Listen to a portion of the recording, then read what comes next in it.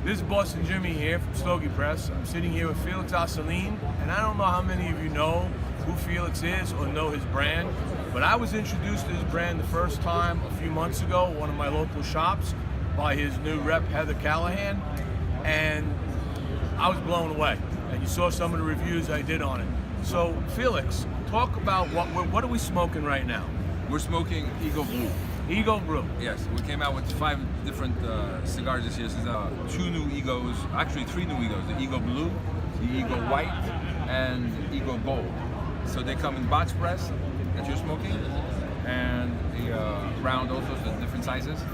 And I made some, this is a really beautiful size, which is actually 7x48 with torpedo box press. How do you like it so far? I love this, and I love this wrapper. I love the marbling that's in this. The pre-light aroma on this just was enticing by itself. What is the blend on this? Every year I try to concentrate on something. I'm concentrating this year on totally Nicaraguan puros. 2 Saints Platinum, which is totally Nicaraguan. Again with Eagle Blue, Eagle Gold, and I took different parts of the country, which is like Condega and Jalapa and Ometepe and Somoto, and I put them all together, and each one came out much different from each other. But however, my tagline is that I hate a boring cigar where you smoke it and just falls flat. So I like a cigar to keep you enticed and keep you going the whole way through, and that it changes as you smoke it. And one thing that I've noticed that people smoking our cigars is they go all the way to the end. And all the way to the end. Yeah. And if people said, no, there's no way.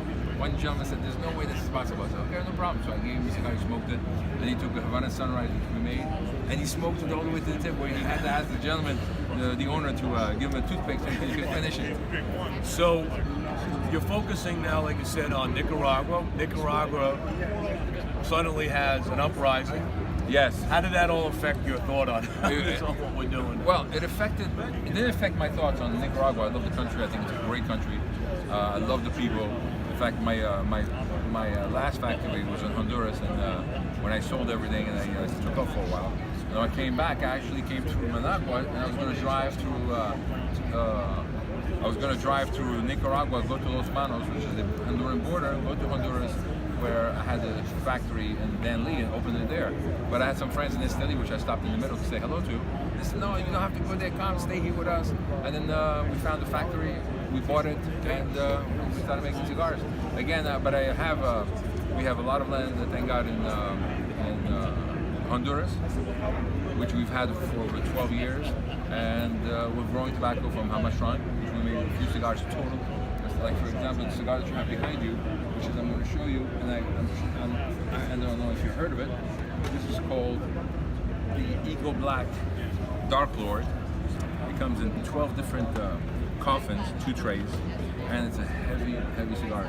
A gentleman, a good friend who's actually reviews our cigars, smoked it, and he went all the way to this, and he has a time lapse like you guys did. Right. And when he came back, he said, there's no freaking way I can finish this thing. Usually, but that's our most expensive cigar to date. It's $30 a piece.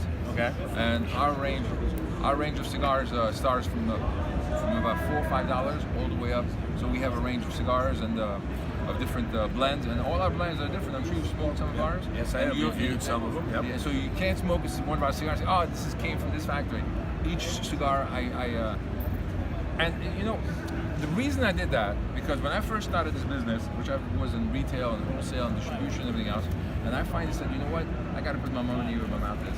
Let me see if I can make a cigar. I'm tired of, I love selling other people's cigars, but let me see if I can do it. So we went to Honduras, bought a factory, opened it, and for 6 months, all I was doing is learning how to blend, making the cigar, taking it back to Miami, having it, trying it out, and come back. And I used to say that this cigar cost me $1,800 by the time I go back and forth. So I learned how that each nuance and each leaf changes the whole cigar.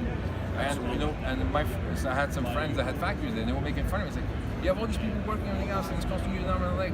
You're an idiot. You shouldn't make cigars. I said, no, because what if I fall flat on my face? Right.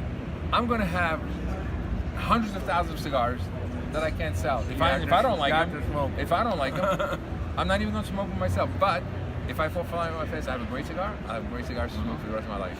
Which, thank God, is what happened. We did very well with them. In fact, those cigars now are called CSB Vintage and Eagle Vintage, and they're selling for 5-6 times the price that we were selling before. and they're very limited. We only have a few, maybe 30,000 left. Very limited quantity. So behind you, we have this ultimate taster. Yes. Talk to me about it. I caught my eye when I saw that. Well, I'll tell you about it. We give our salespeople a taster, or different, just to have a different taster to show people like eight, 9 cigars of our different blends. So every time they go to a store, they ask them, listen, we'd like to buy it. So they recommended that we should make a taster. I said, you know what, let me make something really cool. So what I did is that I came out with the new cigars and the cigars that we had from before, which is something special. Havana Sunrise, the new Two Saints Platinum, Eagle Gold, Eagle Red, Eagle Blue. And what I did is I put them all big cigars, 6.5, so you have a range of medium to full strength cigars, figurados. This is the Connecticut from Honduras, the Ecuadorian Connecticut, but everything else is made from our land of Honduras. And I felt, you know what, let me have something with my picture in it. Look how beautiful his hand looks with his cigar on. Look how beautiful his hand He's got looks no with his cigar. ego. Yeah. Well, come on. He's got a lot of ego. The reason I named the cigar Ego is because anyone that likes a cigar wants to sit back, relax. Gotta have a little bit of an ego. Yeah, So it wouldn't that be cool to have a cigar that's called Ego? You were in and out of the business, you said. Right. So how long have you been in the business? Altogether, I was in the business since '96. I was living in California, and my cousin introduced me to cigars. For a long time, he was trying to get me to smoke. I'm like, I never smoked cigarettes, cigars. I have no idea, no pleasure, no desire to do so. So, and he kept asking me so much. I said, you know what, give me a cigar.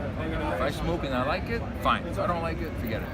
But he gave me a really cool cigar, Davidoff Gusto. I loved it. It's like a whole new world opened up. I said, wow, this is really cool. So we decided, okay, let's open a store. But then at that time, I didn't know there was a huge cigar boom. So every company that I called, we're not opening anymore. No accounts, no accounts. So I said, you know what? I've been in business for a long time. Nobody says no if I have money in my hands. So I took a bunch of money, went to Miami, and knocked on doors. And finally, the story actually is that I went to Puros Indios. You remember those? Yeah. I went to wow. Puros Indios, and there was a gentleman there. He says, "Can I help you?" He says, "Yeah, I want to buy some cigars." He says, "No, we're not opening new accounts." And since I speak French, there was a guy from Canada there, and you heard the conversation. He comes over to me and says, "Listen, I don't want you to stay here. Keep bothering me, and he'll sell you." That's exactly what I did. I stayed there, bought, and he says, "Okay, fine. What do you want?" So we opened up with him, and then I took all these cigars back to Los Angeles, and I realized, you know what? It's kind of stupid for me to open a store where nobody else has cigars. Let me sell to them. So I went to do distribution business. So I started selling all over the country, and then we came to Miami because I knew there was going to be a problem with taxes, and we opened up stores and we did distribution and retail all over the country. But I get bored. So I said, you know what, let me go to Honduras to make cigars. And So how many shops are you in now? probably a couple hundred. But we have also we have a very strong presence on the net, and people are buying a lot of cigars from us from different internet sites. I feel that I'm very blessed that to have been able to do all this for such a long time and be. I don't want to say I'm incredibly successful. But however, I want to say that I make cigars that people enjoy. That's very important to me. Very, very important. And they're selling, and you're following your passion. Right, and we're making more, and that's very important to me. The people at our factory are very, very positive, and I care for them, they care for me, and they love to impress me by we make our own boxes.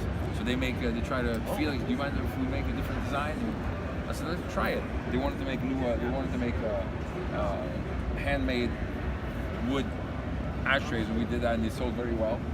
So it's been like that, one after the other. So I feel very blessed that I am. In fact, I don't even want to say that I know how to blend, because I think I think God helps me blend the cigars.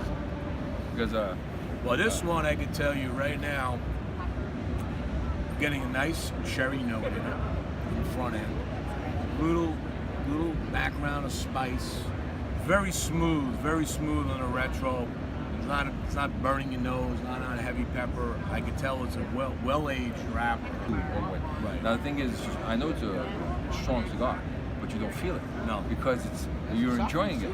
And that's the key. I hate picking up a cigar where it hits you in the throat. I like a cigar that is smooth, clean, very important, clean. You don't have an aftertaste where you afterwards like, oh my God, not stinks. Nah. No, it's very. I'm sure you've had that with our cigars, right? It's very, very clean. So I try all the blends to make sure that they continue to blend the same way. And so like what happened a couple of weeks ago, I went there and we had a blend that had Ligero and someone put some Viso in it. So the cigar changed. Yeah. So I had to try it. So this is not my blend. This is not what I did. So took out. It was like a week's production. Took it out. Gave them the right Ligero in there, and it was totally different. Totally different. Very good. So last question, very simple. What is your favorite beverage paired with a cigar? My favorite beverage. Well, I'm not a big drinker. Okay. However, my friend D'Artagnan introduced me to some really good scotches. Like for example, I love to drink Balvenie. Balvenie. I'm also a girly drinker where I would like cranberry and vodka. Sure. I love that. Tyler makes fun of me with that. I happen to like what's called the Matrix. Exactly. And then good coffee. Good coffee pairs really, really well with a good cigar. And I believe that cigars are the ultimate icebreaker, where people that don't know each other can sit down with a cigar, whether you're from any walk of life, and be able to enjoy each other's company, smoke, and be friends for life. Because you recognize that person after that, you say, you know what? No, I remember you. We did good. Just walk around a show here, and you can see the walks of life that are here. The brotherhood, the sisterhood of the leaf is just fully represented at this show, and you go to after parties, and everybody's mingling and having a good time. Yes, and you know, as I said, this business, you know what? It's even though people think it's a big business, it's not. It's a very small business, so everyone knows each other. And if you do bad, everyone knows. If you do good, everyone knows. And everybody's there to help each other. Right, exactly. And that's the beauty of it. So there you go. Felix Assouline, Felix Assouline Cigars. If you haven't tried them, go find them in your shop. If they're not in your shop, I recommend telling your shop owner to go get a hold of them and get a rep in to bring them in.